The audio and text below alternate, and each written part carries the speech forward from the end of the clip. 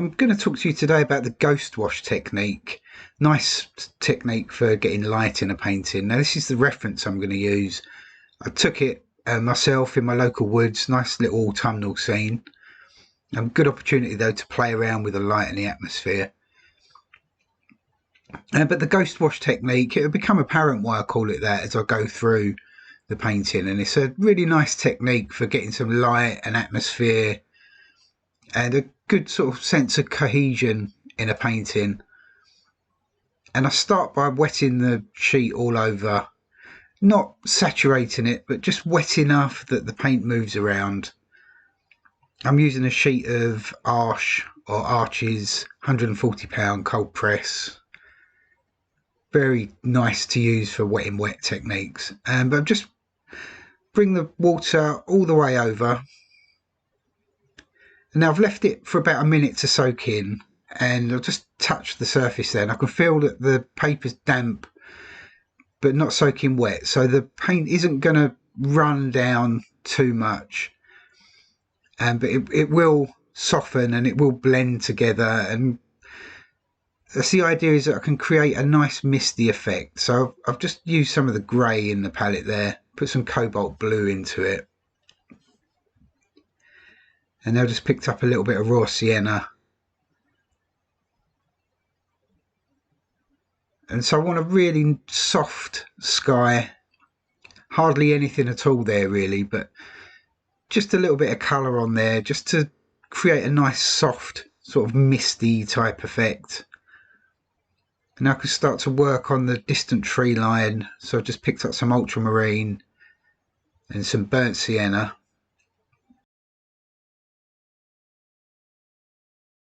And now I can just think of this distant tree line as one big shape, but just laying a little bit of paint in, then going back in, picking up some more burnt sienna. And so creating one big wash over the whole sheet of paper. But the whole time just going back in and varying it. So I've just put some cobalt blue in now. And that's made quite a soft grey. And now a little bit more burnt sienna, a bit more ultramarine. A little bit more cobalt blue as well. And I can just start touching that in just to get a little bit of shadow areas in those trees. And now just even more cobalt blue. And I can just start to bring the wash all the way across. And now a lot of this wash is going to be covered up in the final painting, especially on the right hand side. But I need to lay some colour in there just to get a sense of depth.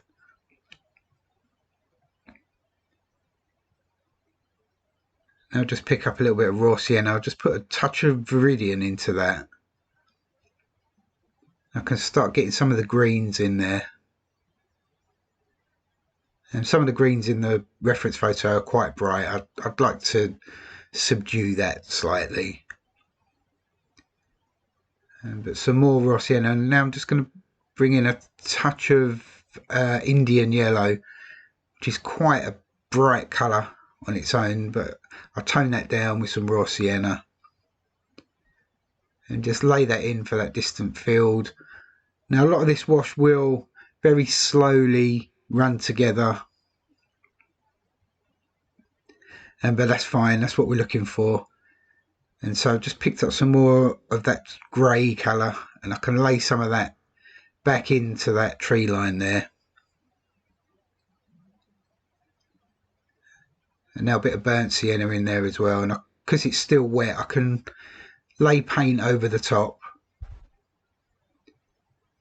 And so I'm just building up some very misty kind of layers. And I've just got some raw sienna and a touch more viridian.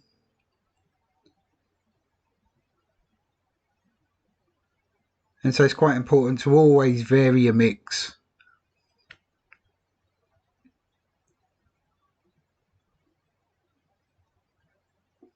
And so more viridian, more Indian yellow, and then tone it down with some raw sienna.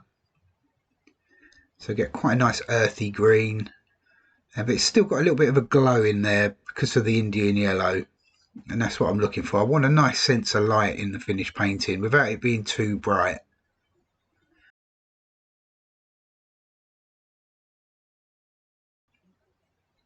And so just using various mixes of all the same colours, so raw sienna, Indian yellow, viridian, bits of burnt sienna as well.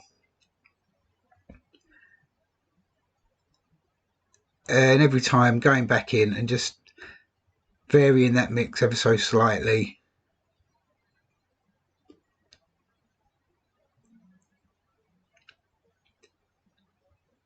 But essentially with this first wash, the aim really is just to paint the light.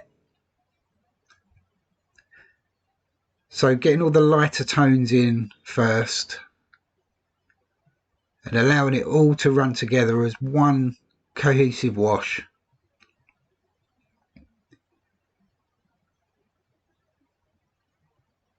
And now as I come down to the foreground, I can afford to get a very tiny little bit darker.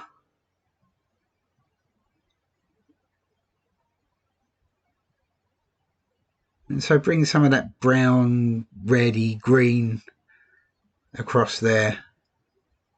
And a lot of that will be covered up again. But that's the bulk of the first wash done. But while it's still damp, it's not soaking wet, but just damp enough that I can go back in again with the rigger brush now. And it doesn't really matter what colour I use for this. I'll just use some of that grey that's already there in the palette. And now I can just sort of charge back in there with some very fine little lines just to create the sense that there's some branches and trunks there in those distant trees. And as this dries, a lot of this will soften off, but you should just about be able to see them.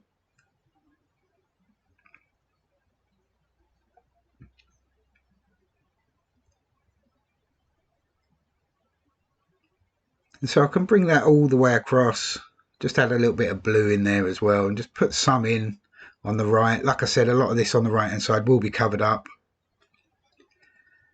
but it just all helps to get a sense of depth, just to get some lines in early, and then as you cover them up they will slightly shine through at the end. But that's the first wash done, so I'm just going to dry that completely. Okay, it's completely dry now,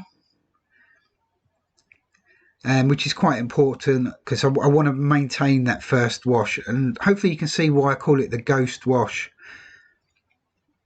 And it's getting everything in at the start but allowing it to be all very misty and all joined together.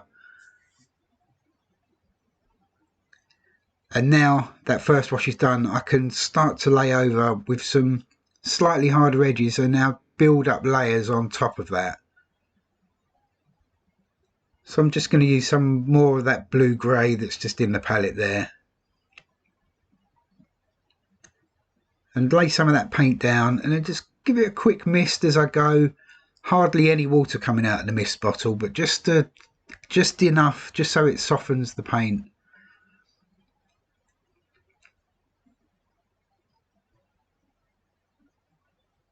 And so just using the rigger brush quite erratically really, just dragging it up and down, and hopefully get the sense that there's a lot of trees going on in there.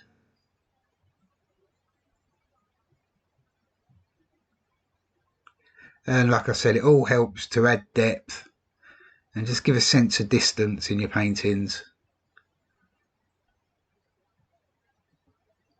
And now, still using the rigger, I can just bring a few very simple lines across and just mark out where there's like a little hedgerow that runs along there. And there is a gate in the reference photo. It's kind of like a little style type gate. Not really very interesting to look at, so I think I'll just replace that with a traditional looking country style gate. And I've also moved it. I've moved it over to the left-hand side as well because it's pretty much in the middle in the reference photo. And so the whole time you can use reference photos. Obviously, of course, it's not a problem, but don't feel like you should be tied down to sticking to every detail that you see in that photograph. You can move things around to create a composition. And so I'm just working on some of those midground trees now, so slightly harder edges and ever so slightly darker paint as well. It's just a mixture of ultramarine with a touch of burnt sienna. And I still want them to soften and remain a little bit misty, so another little spritz with the bottle there. Again, it's the smallest of spritzes, but it's just enough that just so it softens the paint. You don't want to be spraying too much and have the paint just run away. And so just having a little bit of control over the water, but still allowing it to sort of mix together and do its own thing to a degree. I suppose in a way it's kind of like organised chaos.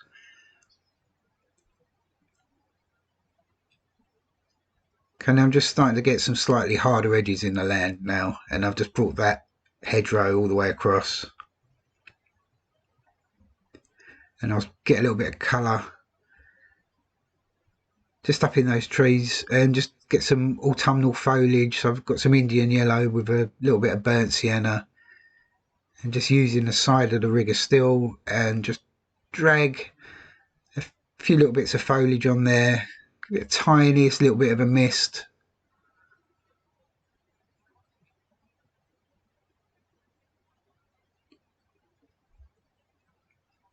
And I can also soften it as I go with the brush.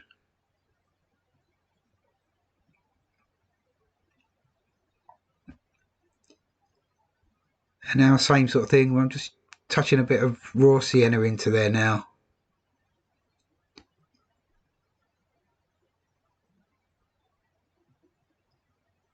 And now a little bit of burnt sienna.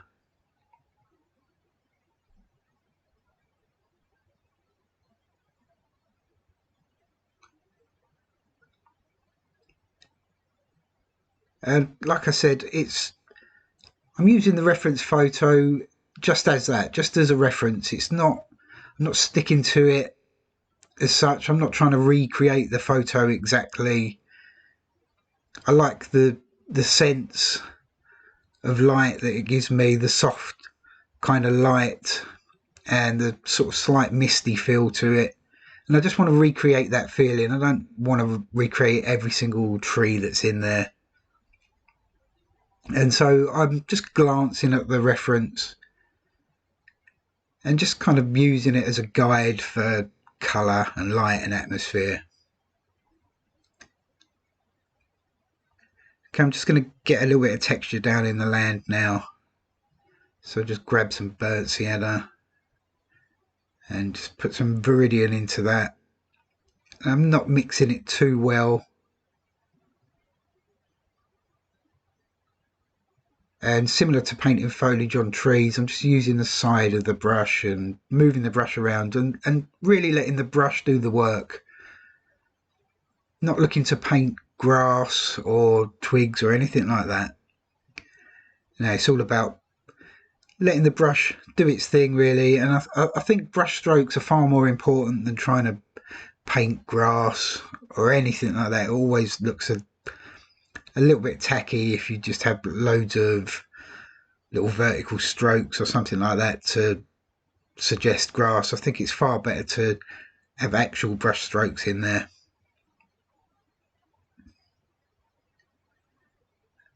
And so just varying the amounts of viridian, burnt sienna, raw sienna, little bits of Indian yellow as well.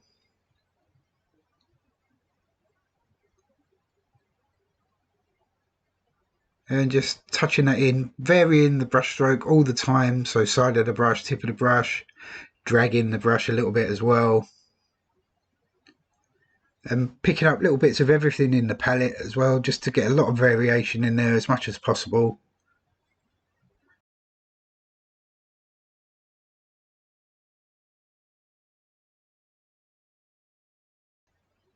And it isn't in the reference photo either, but I was thinking of having like a little path or a little line of light just to lead my eye up towards where I'm going to have the gate. So like about a third of the way in on the left hand side. So I'm very mindful to leave a little light passage just moving through there.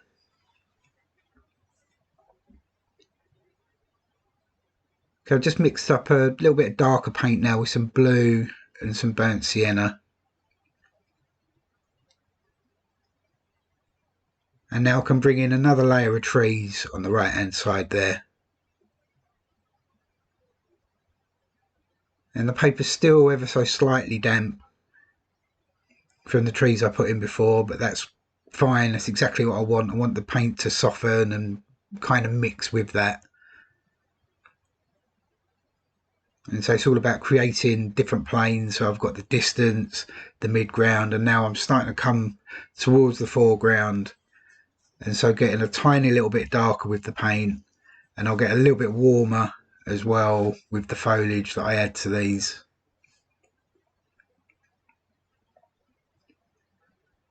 And again, I'm not spending too much time looking at the reference photo. I'm just giving it occasional little glance. And I'll just connect all those trees together, join them in with the land, just so they're not floating there in space.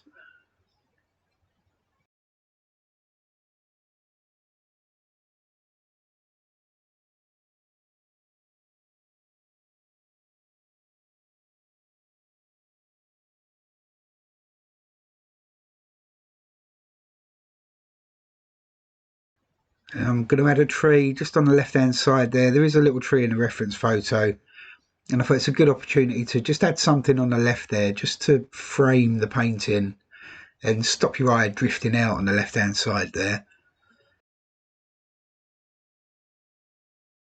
And just flick a few branches in, have some coming in from out of the side of the painting, so to speak.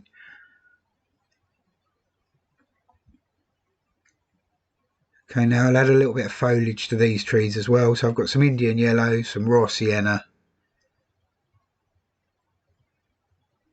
And I'll just give a little mist over the top there, just so I get some hard and soft edges. And side of the brush again, and you can see that slightly brighter, warmer paint. And so that's really going to stand out now and hopefully give a good sense of light up there. And so I've just got some burnt sienna in there as well. And I quite like using sable riggers for adding foliage to trees. It's a size 4 sable rigger. And so it's quite capable of holding a surprising amount of paint for such a small brush. But if you move it around very quickly, it gives you nice shapes that lend themselves really to being foliage on trees without actually painting individual leaves or anything like that. And I'll just drop a tiny little bit of darker paint in there as well while it's still wet.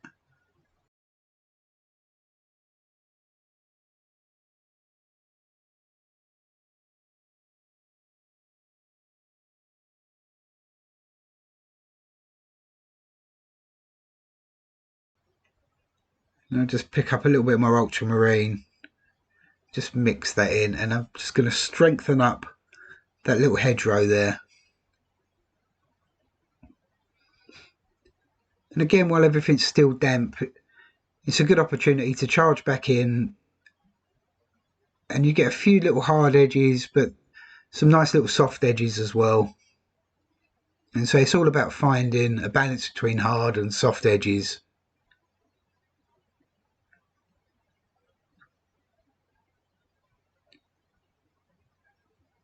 I can grab a little bit of that orange paint left in the palette as well and just touch that in underneath the hedge there. And it just softens that bottom line. And also adds a tiny little bit more texture in the land.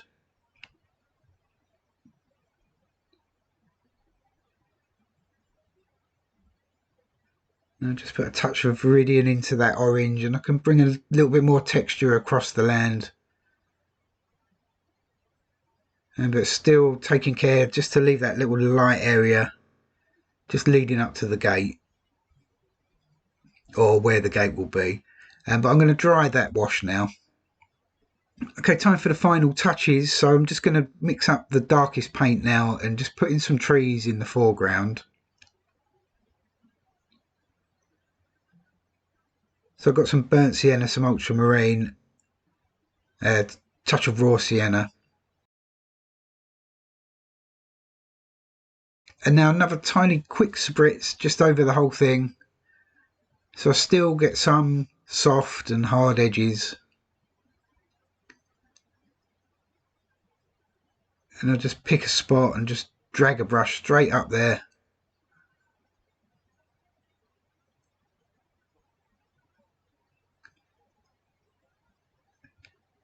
And now mix up a little bit of a dark green with some Viridian, some of that dark paint in the palette, some raw sienna as well.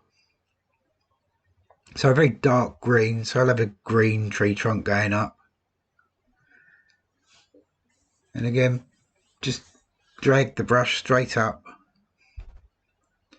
And then go back in, vary the mix. Bring it all the way up. And once again, not copying the reference photo exactly, but just using it as a guide and having a little glance here and there and picking out shapes that I like. And so trying to create my own composition from a photograph. And so I just added some burnt sienna into that green now, and I'll bring up another tree trunk. And even though they're all dark, it's still quite important to vary the mix, even on your darks. And the more you vary your colour, even the smallest amount, it just adds more interest. And so I'll bring up another tree round about there, straight up. And that one's a little bit more in the light, so that can be slightly lighter in colour.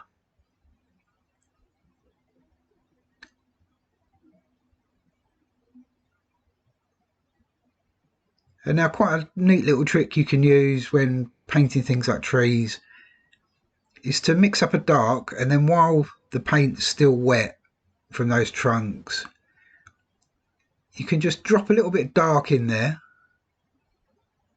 and allow it to mix and soften. And that's quite a nice way to get like a broken line. But it'll also give the sense that there's a little bit of light catching the trees here and there, or a slight bit of mist.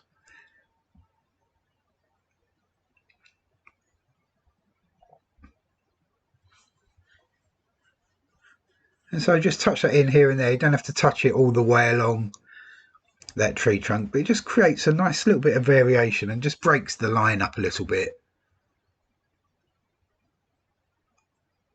I'll switch back to the rigger, and that tree on the left hand side got a little bit lost in that previous wash, so I'll just strengthen that up a bit. Very quickly with the rigger and just flick out a few branches, allowing the brush to do the work. But again, that's framed the left hand side quite nicely. And I'll just drop a little bit of dark into that tree trunk there as well. And now while I've got the rigger, I'll just flick out some branches and then connect the left and the right hand side, connect all those trees up quite randomly really, just flicking the brush out. And so getting some broken dry brush lines in there as well. Dry brush is great for creating sort of light effect without having to do much at all. It gives a sense really that there's light shining through. So you get that little bit of sparkle without having to do much at all really. And so just flick out a few more random little branches, just connecting everything together.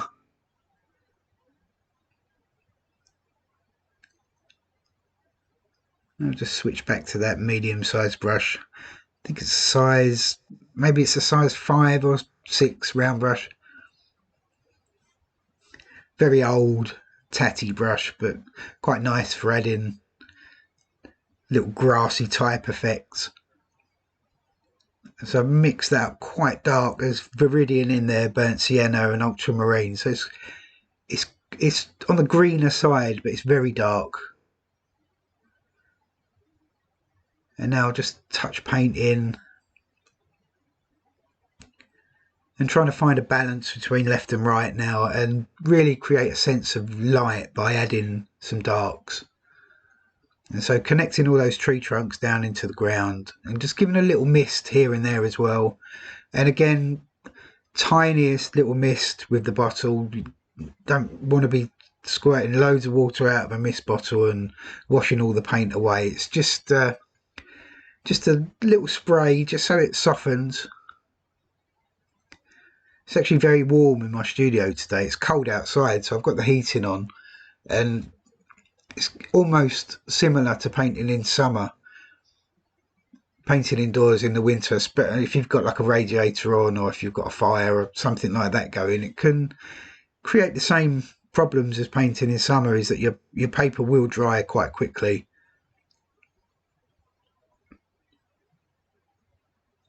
And so I'm just adding some paint in, taking a little step back, having a look, seeing where I need to go, seeing if I need to go slightly darker or lighter.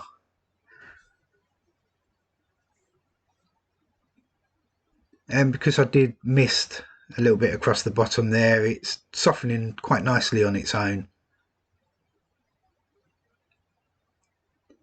But now I'm mindful of creating quite a pleasing shape leading up to the gate without painting any straight lines. I don't want any sort of like hard straight lines leading up to it.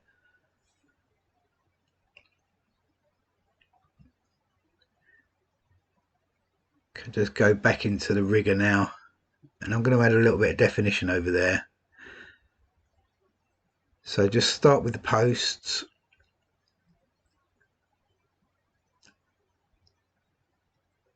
And now not going too dark with this. It's a little bit of a warm grey. It's just using the paint that's left in the palette. And now just bring the shape of the gate down, and I want it to look like it's open, so I bring it down at a slight angle and then leave it short. And if I bring the end of the gate down at a little bit of an angle there,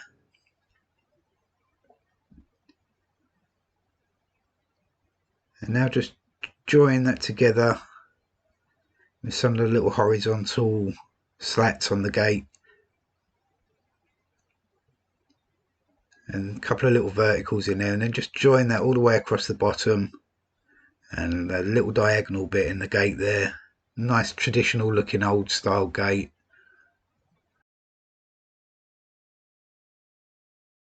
And just touch a little bit in that hedgerow as well. But now while that's still wet, that gate, I'm just going to drop some darker paint in, similar to how I did it in the trees, but just dropping a little bit of dark in here and there and allowing it just to move around, but without putting it in as like a solid line. And it's quite a nice way to get variation in the gate there. So it's dark and light, broken edges, and I just strengthen the posts. But that's basically it. So it looks like a nice little open gate. It's quite inviting, brings your eye into the painting.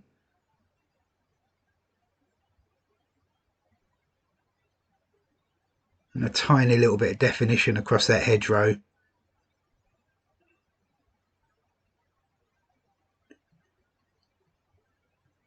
I'll just add a little bit of blue into that dark, and I'm just going to touch that in places in the foreground. I quite like to get a touch of blue in shadowy areas.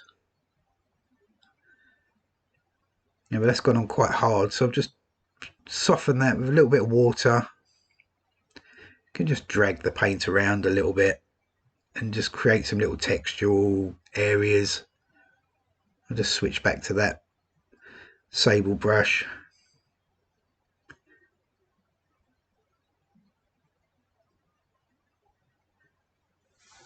and just drag the paint around a little bit, break the lines up. A touch more cobalt into there as well.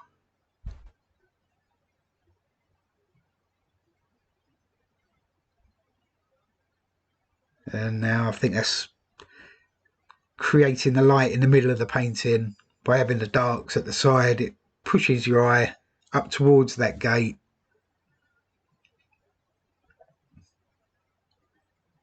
And so I think it's quite nicely framed. Just a couple of little touches. I'll just use a plastic card, scratch out some of that paint, just to get a couple of little highlights. That just suggests that there's some little bit of light catching some of the grass. But you don't want to do too much of that. Just a few little scratches in there. Just breaks up the dark shape. But I think with that, I'll leave the painting there. I think that's finished. Okay, let's just take the tape off and have a little look at the finished painting. And the first wash is the ghost wash technique. So essentially going and creating all your light areas first and laying it down in one damp wash, essentially, that all kind of runs together, and that really sets the tone for the painting. And then you can build up layers on top of that, getting progressively darker as you come closer into the foreground. Get some nice warm colour as well up in those trees the closer you come. And yeah, I hope you liked the demo. If you did, please let me know. Check me out over on Patreon. I've got lots of exclusive videos, things that aren't on regular YouTube, so do check that out. And I'll be back again next week, so have a great week everybody, and thanks for watching.